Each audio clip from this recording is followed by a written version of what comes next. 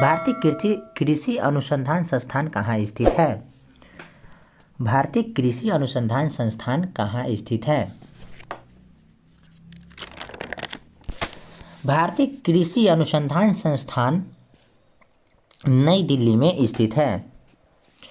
अब देखते हैं दोस्तों नई दिल्ली में क्या क्या स्थित है। All India institute of medical science,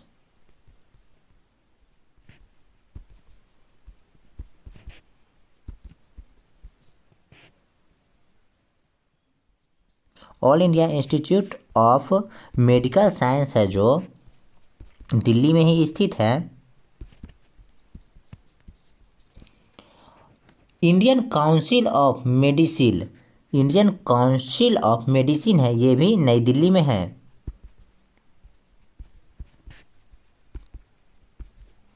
Indian council of medicine है, इंडियन काउंसिल ऑफ मेडिसिन ये भी नई दिल्ली में स्थित है।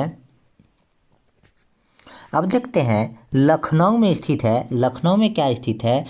तो लखनऊ में है national institute of medical science, national institute of medical science कहाँ है? तो लखनऊ में स्थित है।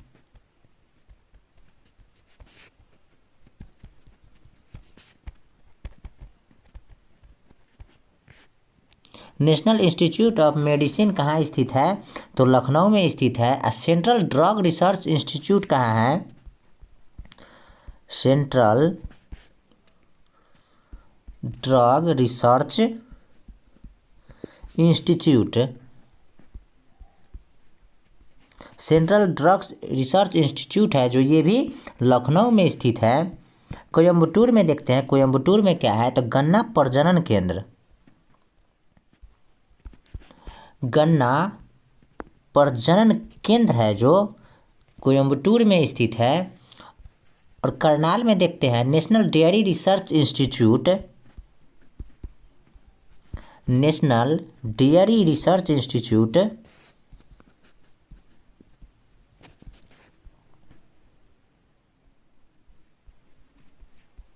नेशनल डेयरी रिसर्च इंस्टीट्यूट है जो करनाल में स्थित है। देखते हैं दोस्तों नेक्स्ट प्रश्न, भारत में हरित क्रांति के जन्मदाता कौन है? तो भारत में हरित क्रांति के जन्मदाता है जो एम.एस. स्वामीनाथन है।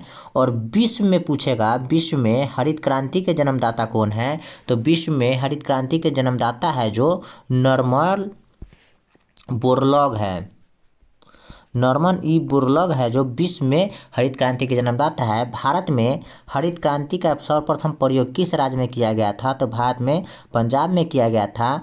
और हरित क्रांति का जनक देश, जनक देश किसे कहते हैं? तो फिलीपींस को है जो हरित क्रांति का जनक देश कहा जाता है। और हरित क्रांति शब्द का प्रयोग सर्वप्रथम किसने किया था? तो डॉक्टर विलियम गॉड,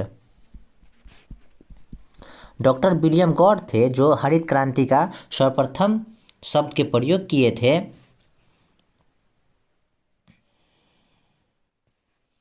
और प्रभावित फसल कौन रहा था? हरित क्रांति से प्रभावित फसल कौन हुआ था? तो सबसे ज़्यादा गेहूं हुआ था जो हरित क्रांति से प्रभावित फसल रहा था। डॉक्टर वर्गीज कुरियन क्या थे? तो श्वेत क्रांति के जन्मदाता माना जाता है डॉक्टर वर्गीज कुरियन को।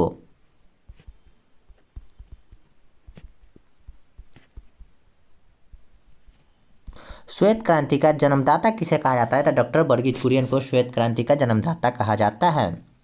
नेक्स्ट क्वेश्चन देखते हैं, प्राकृतिक कृषि का अन्वेषण है, प्राकृतिक कृषि का अन्वेषण क्या है?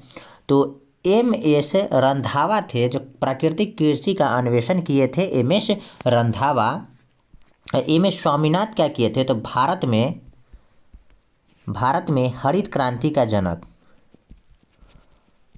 भारत में हरित क्रांति का जनक। अब भारत में हरित क्रांति कब आया था? तो 1967 से 68 में भारत में हरित क्रांति आई थी सर्वप्रथम। और नॉर्मन ई बोरलॉग क्या थे? तो नॉर्मन ई बोरलॉग थे जो विश्व में हरित क्रांति के जनक माने जाते हैं, नॉर्मन ई बोरलॉग को। अब वर्गीज कुरियन को श्वेत क्रांति का जन्मदाता कहा जाता है।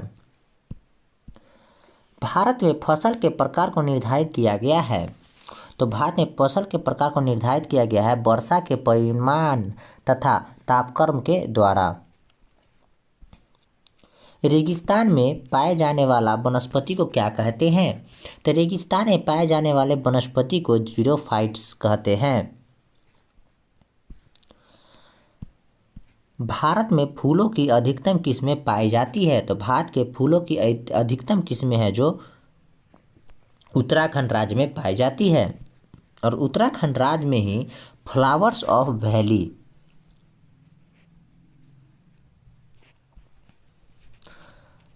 कहाँ है? तो उत्तराखंड में है। इसे ही बोलते हैं फूलों की घाटी। फूलों की घाटी किस राज्य में है? तो उत्तराखंड में ही पड़ता है। सबसे पुराना तेल शोधक कारखाना कहाँ खोला गया था? डिगबोई में सबसे पुराना तेल शोधक कारखाना खोला गया था, जो असम में पड़ता है। और केरल रबर उत्पादन करने में अग्रणीय राज्य है। रबर उत्पादन करने में अग्रणीय राज्य कौन है? तो केरल है। अब फलों उद्यानों का शहर किसे कहा जाता था? सिक्किम को कहा गया है। खरीफ का मौसम कब होता है? तो खरीफ का मौसम है जो जून से सितंबर तक खरीफ का मौसम होता है। विश्व में प्राकृतिक रबर का सबसे बड़ा उत्पादक देश कौन है? तो विश्व में प्राकृतिक रबर का सबसे बड़ा उत्पादक देश है जो थाईलैंड देश है। भारतीय दलहन अनुसंधान संस्थान अवस्थित है। तो भारतीय दलहन अनुसंधान संस्थान कानपुर में अवस्थित है। और लखनऊ में है केंद्रीय वनस्पति अनुसंधान संस्थान। केंद्रीय वनस्पति अनुसंधान संस्थान कहाँ है?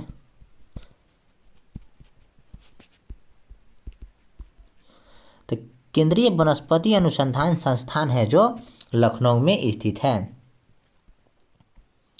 झूम खेती प्रचलित है निम्न में से किस जगह पे? ऑप्शन 1 में है लखनऊ, बी में है कानपुर, सी में है फैजाबाद और डी में है बनारसी।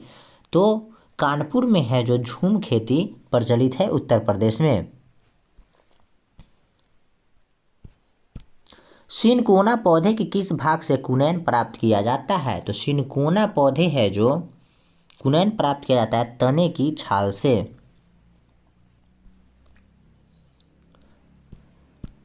पौधे नाइट्रोजन को किस रूप में ग्रहण करते हैं? तो पौधे हैं जो नाइट्रोजन को नाइट्रेट के रूप में ग्रहण करते हैं।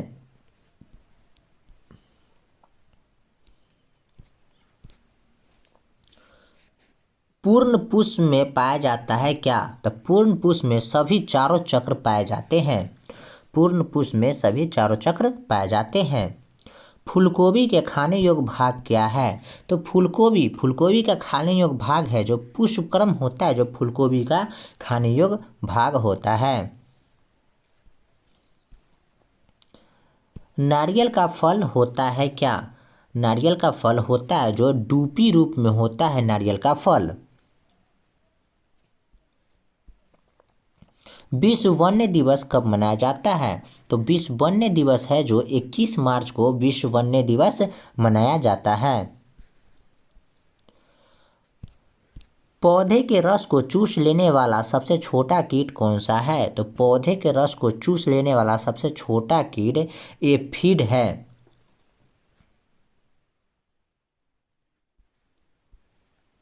सबसे बड़ा पुष्प कौन सा है? तो सबसे बड़ा पुष्प है जो रेफिलेशिया है, जो सबसे बड़ा पुष्प है। अब सबसे छोटा पुष्प कौन सा है? तो बुल्फिया होता है जो सबसे छोटा पुष्प होता है।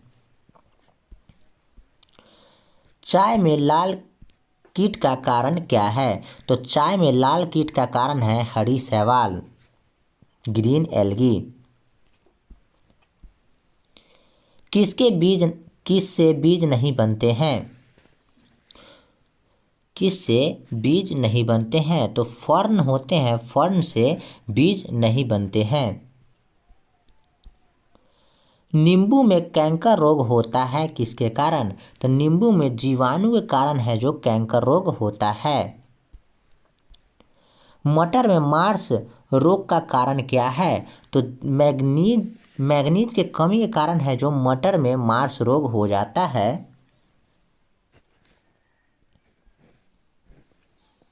भारत का विश्व में गेहूं उत्पादन में कौन सा स्थान है? तो भारत का विश्व में गेहूं उत्पादन में है जो दूसरा स्थान है। निम्नलिखित में से कौन सा असत्य फल है? तो काजू, सेब, नाशपाती ये सभी है जो असत्य फल का उदाहरण है। उपयुक्त सभी होगा जो असत्य फल का उदाहरण है, जो काजू, सेब और नाशपाती है।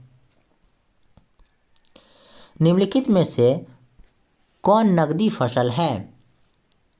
ऑप्शन ए में है मक्का, बी में है गेहूं, सी में है तंबाकू, डी में है धान। तो तंबाकू है जो नगदी फसल कहलाता है। अब विश्व तंबाकू निषेध दिवस 31 मई को मनाया जाता है। निम्नलिखित में से किसमें प्रोटीन सर्वाधिक होता है? तो मूंगफली में है जो सर्वाधिक प्रोटीन पाया जाता है। यूरिया में नाइट्रोजन किस रूप में होता है? तो यूरिया में नाइट्रोजन एमाइड के रूप में होता है। सोयाबीन की उत्पत्ति कहाँ हुई थी? तो सोयाबीन की उत्पत्ति है जो चीन में हुई थी। अब भारत में सोयाबीन सबसे ज़्यादा किस राज्य में पाया जाता है? तो भारत में मध्य प्रदेश में है जो सोयाबीन सबसे ज़्यादा पाया जाता है। इसीलिए मध्य प्रदेश को क्या कहते हैं? तो सोया प्रदेश के नाम से जाना जाता है मध्य प्रदेश। और सोयाबीन में प्रोटीन की प्रतिशतता कितना होता है? तो सोयाबीन में प्रोटीन की प्रतिशतता होती है जो 46% होती है। हरित क्रांति के दौरान किस खाद्यान्न का उत्पादन बढ़ गया था? तो हरित क्रांति के दौरान है जो गेहूं का फसल है जो इसमें उत्पादन में वृद्धि हो गई थी। हरित क्रांति की भारत में शुरुआत कब हुआ था? तो हरित क्रांति का शुरुआत है जो 1967 से 68 में हुआ था। तिलहन संबंधित है पीली क्रांति से। पीली क्रांति से संबंधित है तिलहन।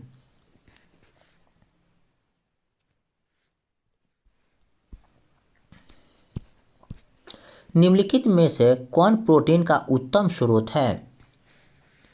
तो सोयाबीन है जो प्रोटीन का उत्तम स्रोत। सोयाबीन में प्रोटीन है जो सर्वाधिक मात्राएं पाया जाता है, लगभग 46% है जो सोयाबीन की प्रतिशतता पाया जाता है। अब भारत के मध्य प्रदेश राज्य में है जो सोयाबीन सबसे ज़्यादा होता है। मध्य प्रदेश को हृदय प्रदेश के नाम से भी जाना जाता है।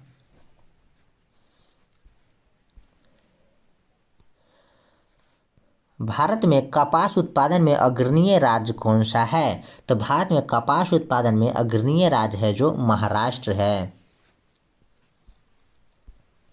भारत का सबसे बड़ा रबर उत्पादक राज्य कौन सा है? तो भारत का सबसे बड़ा रबर उत्पादक राज्य है जो केरल है। क्षारीय मृदाओं में सुधार लाने के लिए उपयुक्त रसायन क्या है? तो क्षारीय मृदा में सुधार लाने के लिए उपयुक्त रसायन है जो पाइराइट्स है। रेड रॉट रोग किस फसल का रोग है? तो रेड रॉट रोग है जो गन्ने का रोग है। गन्ने में हो जाती है बीमारी रेड रॉट, जो बीच में गन्ना में लाल लाल आ जाता है।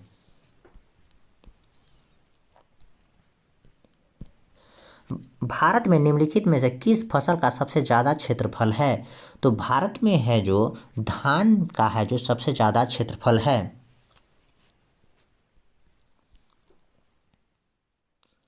भारत का केंद्रीय औषधि अनुसंधान संस्थान निम्नलिखित में से किस स्थान पर स्थित है? तो केंद्रीय औषधि अनुसंधान संस्थान है जो लखनऊ में स्थित है।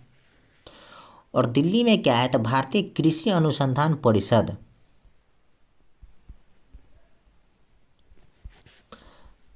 भारतीय कृषि अनुसंधान परिषद। भारतीय कृषि अनुसंधान परिषद है जो नई दिल्ली में है। चेन्नई में क्या है? The central marine research station. Central marine research station है जो चेन्नई में स्थित है। और ट्यूबरकुलोसिस रिसर्च सेंटर, ट्यूबरकुलोसिस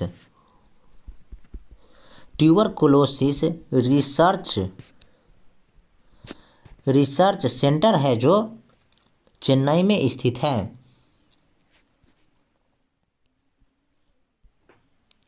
मानव द्वारा सबसे पहले उपयोग में लाए जाने वाला अनाज कौन सा है? तो मानव द्वारा सबसे पहले उपयोग में लाए जाने वाला अनाज है जो गेहूं है।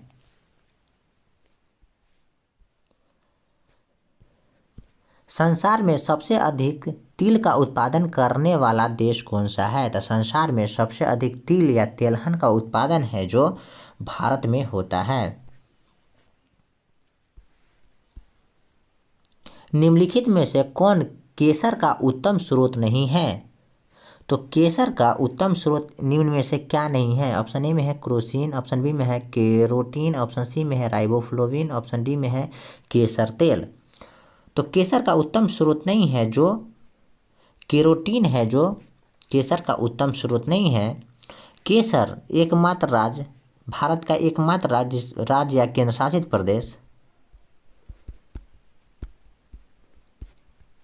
राज्य या केंद्र शासित प्रदेश जिसमें केसर पाया जाता है वो है जम्मू कश्मीर।